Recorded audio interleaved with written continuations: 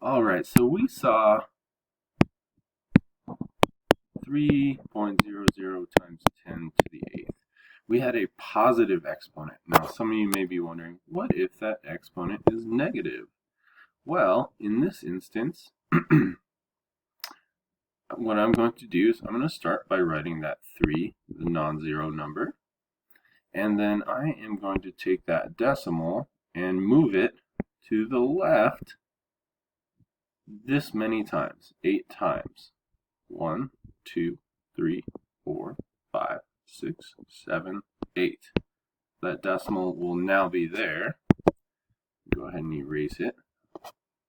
And then I will fill in zeros until I get back to my 3.